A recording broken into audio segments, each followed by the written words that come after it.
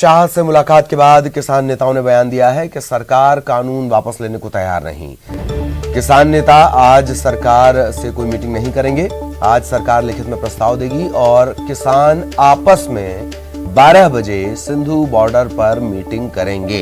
इस लिखित प्रस्ताव के बाद तो जो लिखित प्रस्ताव दिया जाएगा उसके बाद आज 12 बजे सिंधु बॉर्डर पर किसान आपस में बैठक करेंगे, चर्चा करेंगे।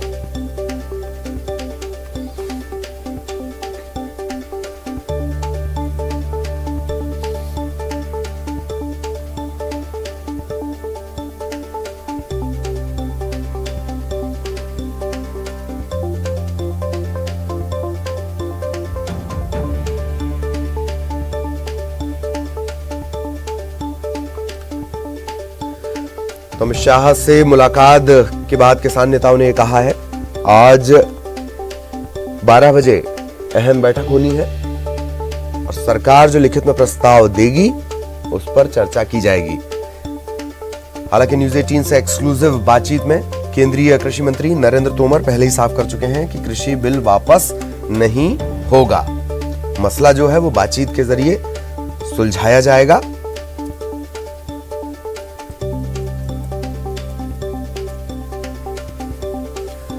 तो अमित शाह से मुलाकात के बाद किसान नेताओं ने यह बयान दिया है, सरकार कानून वापस लेने को तैयार नहीं। किसान नेता सरकार से कोई मीटिंग नहीं करेंगे।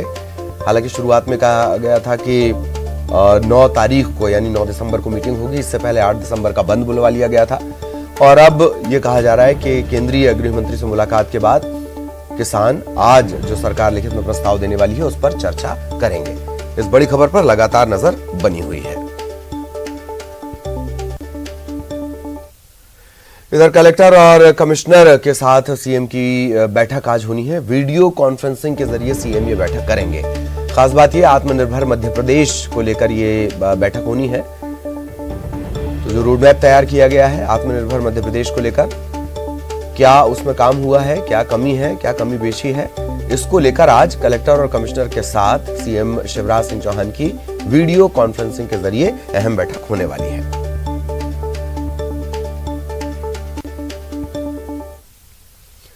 इधर प्रदेश में होने वाले निकाय चुनाव को लेकर भोपाल में आज एक अहम बैठक होने जा रही है। इसमें महापौर और अध्यक्ष पद के आरक्षण को लेकर चर्चा होगी। नगर निगम, नगर पालिका, नगर परिषद, इनके सामान्य निर्वाचन के लिए महापौर और अध्यक्ष पद को लेकर जो आरक्षण की प्रक्रिया है वो पूरी की जाएगी।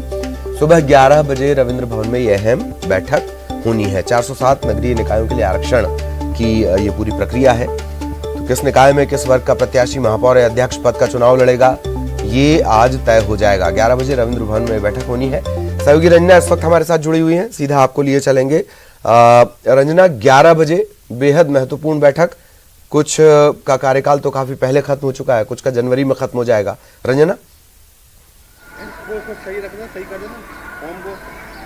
जी ललित, बिल्कुल। आज जो नगरीय निकाय चुनावों में महापौर और अध्यक्ष पद के लिए जो आरक्षण की प्रक्रिया है वो आज 11 बजे इसकी शुरुआत होगी। यानी ये साफ हो जाएगा कि राजधानी भोपाल में जो महापौर है वो या तो ओबीसी के लिए जाने वाला है या फिर किसी और वर्ग के लिए। हालांकि ये तय माना जा रहा है कि ये जो महापौर का पद है इस बार ओबीसी वर्ग को ही जाने वाला है, क्योंकि अगर 25 साल के बाद ये जो रोटेशन है वो दोहराया जाता है और 25 साल पहले यहाँ पर ओबीसी वर्ग से ही महापौर चुने गए थे, जो कि महिला महापौर थी कृष्णा गौर, जो कि ओबीसी वर्ग से महापौर चुनी गई थी। और अब ये 25 साल के बाद जो रोटेशन चल रहा है तो उसके बाद ये उम्मीद जताई जा रही है कि राजधानी भोपाल की जो महापौर की जो सीट है वो ओबीसी वर्ग को जा सकती है। तो वहीं ये जो सीट है इस पर महिला उम्मीदवार को भी खड़ा किया जा सकता है। यानी दोनों ही चीजें हैं। संभावना तो बहुत ज्यादा ही है कि महिला को ही ये सीट जा सकती है, लेकिन आज जब बैठक होगी तब उसमें साफ हो पाएगा कि आखिर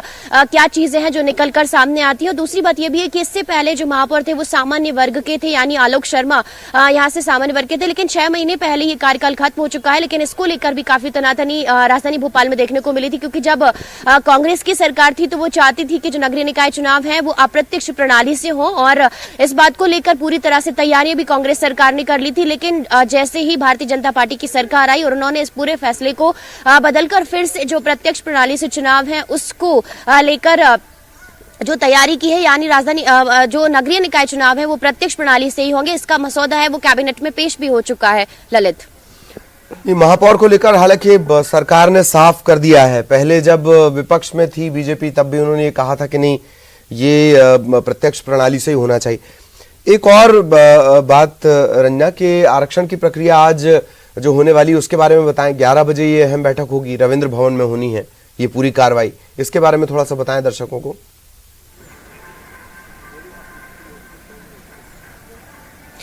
जी ललित, बिल्कुल 11 बजे आरक्षण की प्रक्रिया शुरू होगी और रविंद्र भवन में होगी, जहां पर यह फैसला हो जाएगा कि आखिर जो रोटेशन है वही सही है, क्योंकि रोटेशन के हिसाब से ही जो आरक्षण है वो तय होता है। यानी आज जो सामान्य वर्ग के बाद अब ओबीसी वर्ग में ये जो सीट है वो जा सकती है, क्योंकि 50% की बात करी जाए तो महिला आरक्षण के लिए भी ये जो रिजर्व किया जाता है, तो इस हिसाब से अगर कहा जाए तो महिला पद भी हो सकता है। तो आज तमाम बातों पर आज की जो बैठक है उसमें मुहर लग सकती है और 11 बजे के बाद ये साफ हो जाएगा कि अगला जो महापौर है राजधानी भोपाल को वो ओबीसी वर्ग से मिलेगा या और ओबीसी वर्ग से मिलने के साथ ही महिला भी इस सीट की दावेदार हो सकती है। जी, अब मतदाता सूची को लेकर भी लगातार काम चल रहा है। हालांकि कुछ एक जगह से रिवीजन की खबर भी है, जैसे सागर में मेरा ख्याल है सुर्खी और बिलहरा, यहाँ पर शायद मतदाता सूची में रिवीजन का काम चल रहा है। बाकी जगह भी इस पर काम चल रहा है और काफी पहले से चल रहा है। रंजना,